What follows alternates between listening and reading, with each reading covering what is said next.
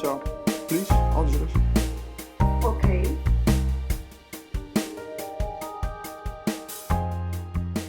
Right. So the last time is now we're entering into the compassionate mind, but it has to do with all the things that we have been talking up to now, right? So these are words of KH, and I find them, it's in this compassion area, and he says the greatest consolation in and the foremost duty of life is not to give pain and avoid causing suffering to man or beast, which is, I find it a very compassionate thought.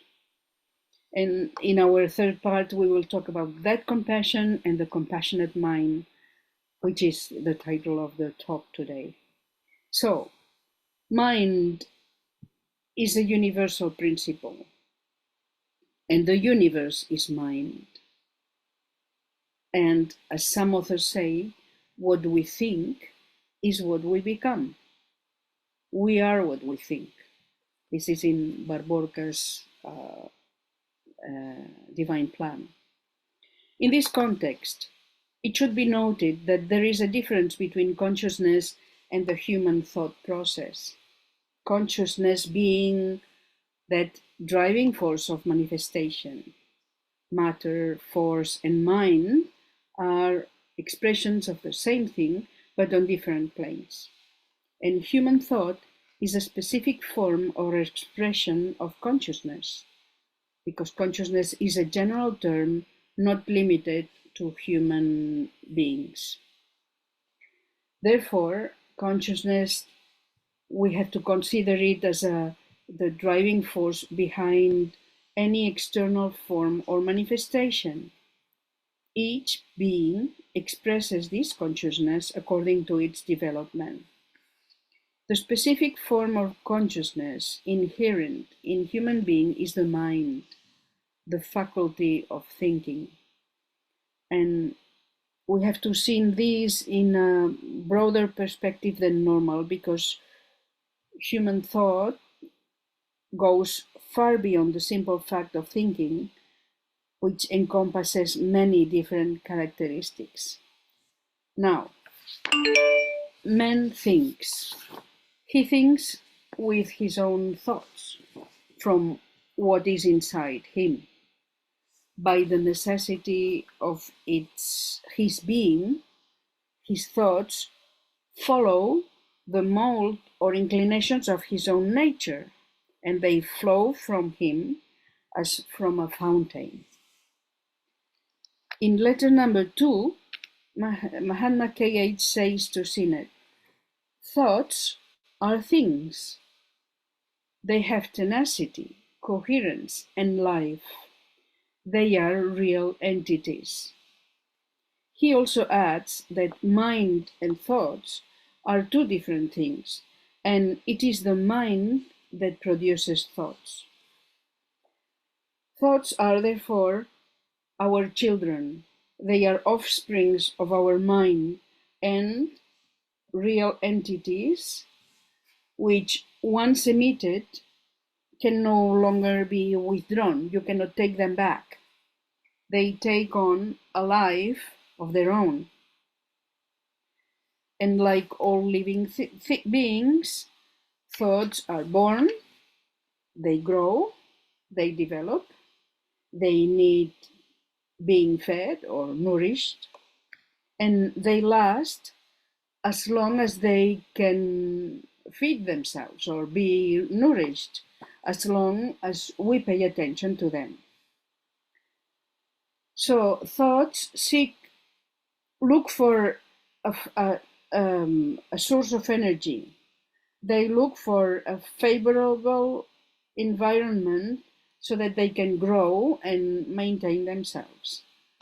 They approach where they feel that there is a vibration in sympathy with them, to draw from it the strength that will help them to endure. If this is not the case, they will gradually fade away and eventually die. The image that we project of ourselves to the world is just a reflection of what we have in our mind. And no matter how much we try to hide who we really are, it will always be reflected in our words and deeds. Our thoughts dictate our actions, our behavior, our way of speaking, and our way of being. It is said that thoughts lead to actions. Actions create habits. Habits form characters, and character forges a destiny. This destiny, we were talking about that just then, is like molding our next incarnation. But we are doing that as of right now, not in the next incarnation after Devachan or whatever. It's now that we are making it, preparing it. And just as we nourish our bodies to keep them fit and healthy, the same applies to our minds. So we can ask ourselves, what do we nourish our minds with?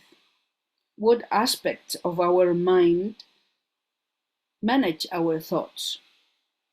Of course, we try to feed our minds in a conscious way with aspiration, with understanding, with a sense of unity, with a perception that translates into thoughts that are good, positive, and harmonious. And these will bring peace and balance. This is the kind of quality we would like to fill our minds with. But as we were saying previously, one thing is to think what is good, and the other one is to apply that and to really make it happen. So in our Theosophical literature, some authors recommend having constructive, positive thoughts at hand to help blur the thoughts that we don't want them to occupy our minds, the trivial, superficial, and wandering thoughts. It's not a question of replacing them with other ideas that suit us better. It's a question of not paying attention to them so that they fade away. Other authors recommend thinking about the opposite idea to the one you don't want to pay attention to. And in this way, by nurturing the opposite thought, the first ones will also fade away.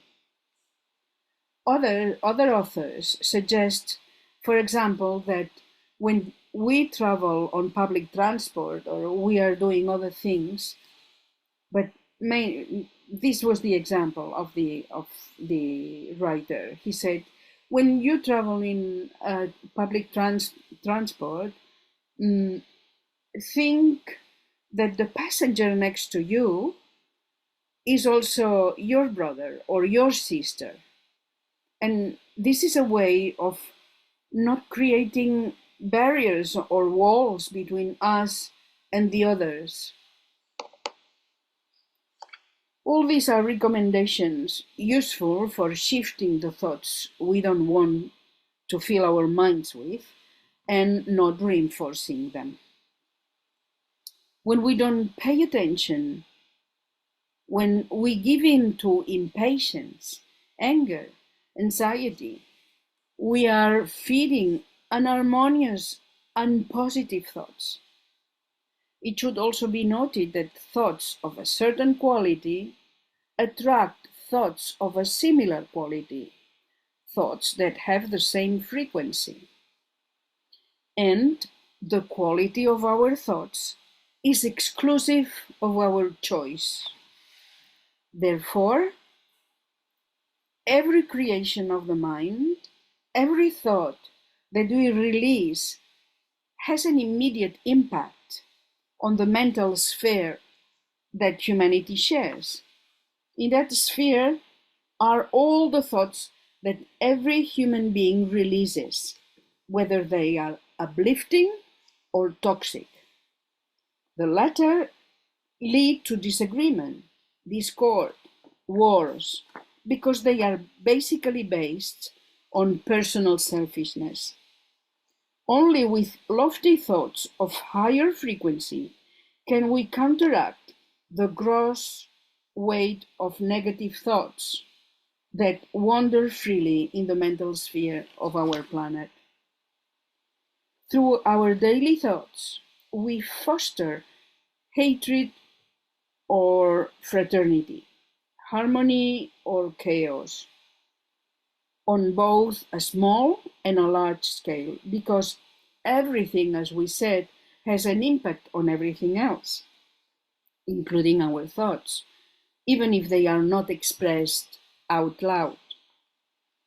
To contribute to peace in the world, we need to contribute with our positive thoughts, with our grain of sand, with our own inner peace.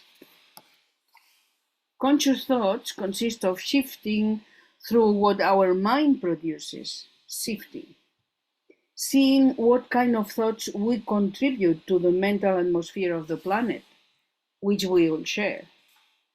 It is a matter of encouraging higher thoughts, those that come from the planes of spiritual consciousness, the higher levels of consciousness, where compassion resides. It's about giving a certain quality to our thoughts, giving them a more subtle vibration so that we can be good receivers of inspiration and have a perception of the essence of things, both of which come from the higher aspects of our spirit, our spiritual consciousness. It's a question of nourishing those thoughts, letting them grow, and meditating on them. It's important to realize that lower thoughts block higher thoughts, those that come from inspiration and consciousness. By opening our mind to higher thoughts and not feeding the lower ones, we are cooperating, we are collaborating in the construction of a new humanity, a humanity that will be able to function from a higher, impersonal level of consciousness, where there are no walls, no separation of any kind, where the common foundation is compassion, understanding, and unity. This will be the new humanity of intuition, a new humanity that we must reach once and for all, leaving behind for good the shackles of separation that are holding us back so much and hindering our progress towards fulfilling our destiny as completed humans. Because up to this point, we are only humans in the making. In letter 45, the Mahatma tells us that thought runs faster than electricity fluid. This is an idea that makes us aware of the enormous power of the mind and thought, and that there is no excuse for not starting to collaborate now in the construction of a new continent of thought. So we need to re-educate our mind, become aware of how it works, and take control of the monkey mind that governs us. In this way, by considering that thoughts are the basis of our actions, we can activate the best tool at our disposal. That being said, there is no doubt that we can make a difference in the world with our thoughts. We don't even need to sound them out for them to have an effect. that is, how powerful they are. Thinking more globally, it is impossible for anyone to be indifferent to the world's problems. We are all responsible for what is happening, whether actively or simply by inertia, just as we contribute to the world's problems with our attitude and our thoughts. And we can do this by inviting, encouraging, and nurturing positive thoughts of compassion towards all sentient beings, of unity towards all, and of course, of universal love and brotherhood. Thoughts that come from the higher aspects, those that awaken benevolence in humans, the basis of altruism and forgiveness, justice, fairness, compassion, and pity. To contribute to peace in the world, we need to contribute with our positive thoughts, with our grain of sand, with our own inner peace.